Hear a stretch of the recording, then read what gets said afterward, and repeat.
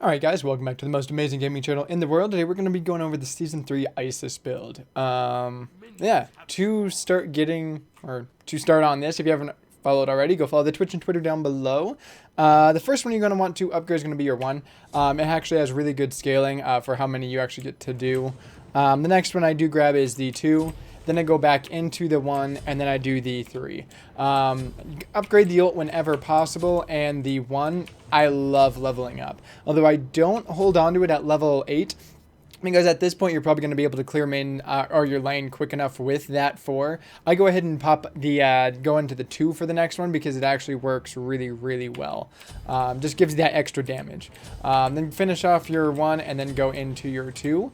The reason why I don't upgrade the 3 is because I love getting the just damage is really what I go for. I mean, if you do look like these two, you're most time if you land your 2, you're going to be able to land at least 2 or 3, like at least 2, but most likely 3 or 4 of your wing gusts, depending on how good you are. This is also very good as well. It's just really tough to use this. I mean, yes, it does grant the physical protection debuff, which is very helpful because you can cast that. And it's really helpful for keeping people off you, especially if you're going up against another mage. If you can get them not to be able to cast an ability for 2 seconds, that is amazing. But you have to use it smart because if all their cooldowns are like on, or if all their abilities are on cooldown, using this is not going to do anything like against them besides just magical. So if you're really that good and you can know what abilities they just used and use it like 2 or 3 seconds after like an outpush just burst you, that's probably going to do better because then all of a sudden they get their abilities back and that's 4 seconds or so that they can't use. But anyways, you guys get the idea of the build. I go more for the damage. And like I said, I upgrade the 1 because you're going to be building stacks like none other and you're going to clear lane a lot quicker, which is what you need to do as like a mid laner. The first one you want to grab is going to be Shoes of the Magi. The second one is actually going to be Warlock Stash. There's a couple reasons why you go for this. 1, it gives you more health and more mana right off the bat.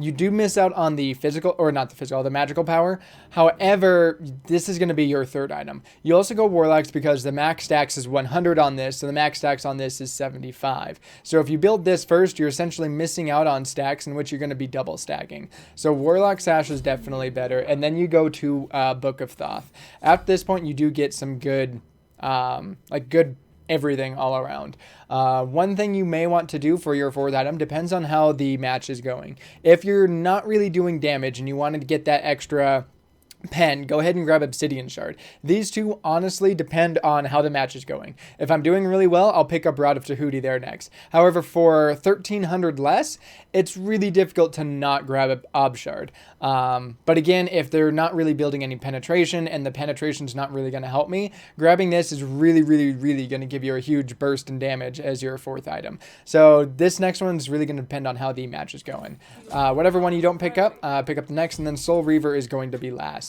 I was going up against, it was an Alpush, but they were kind of stupid. They went 3 mages, but the Alpush had 3k health. It was great, and he had some good magic defense.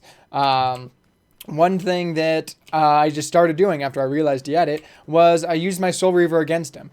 I burst him down so quick by landing the 2, followed up with the 1. Like by using that, and then you just activate it, and he's dead.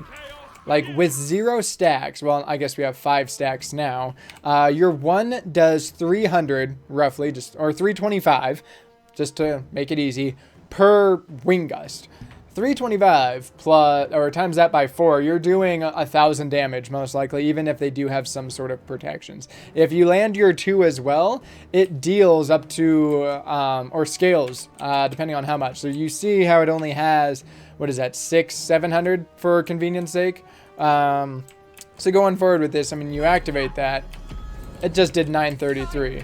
It's really good combo is what I found, is using the or landing your 2 and then going in with the 3. By doing that, you're actually able to one, you get the stun, then you use your 3. That's going to give them the chance to not really use any abilities back, and they can't use an escape. So like a Chiron, that's going to be very helpful on.